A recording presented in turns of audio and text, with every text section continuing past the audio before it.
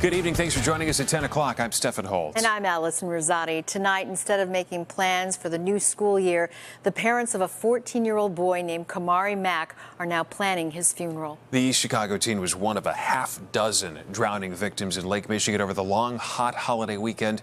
NBC5's Natalie Martinez live along the lakefront tonight after speaking with the teen's heartbroken family. Just awful, Natalie.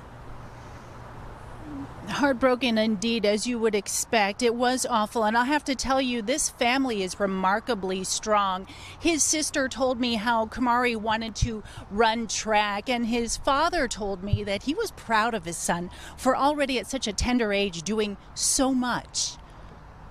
In his 14 years, Kamari Mack gained a reputation of not just being compassionate and considerate, but also funny and smart, among so many other things. He was a good, caring, fun, loving person. Kamari's dad and sister are among those grieving the teen's drowning death in East Chicago, one of 6 to die in Lake Michigan over the long holiday weekend. It's been devastating. We are, trying to just grieve properly. Dad, a community activist in Muskegon, Michigan, is just realizing what many knew here. I did not know how much I rubbed off on him.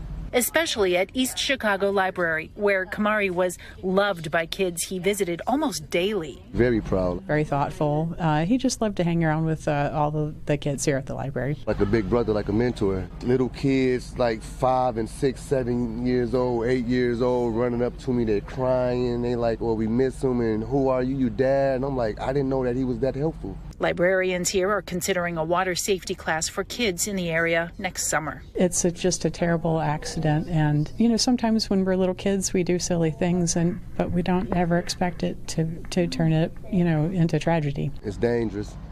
And so I understand it's hot, you want to cool off and everything, but just be aware of your surroundings.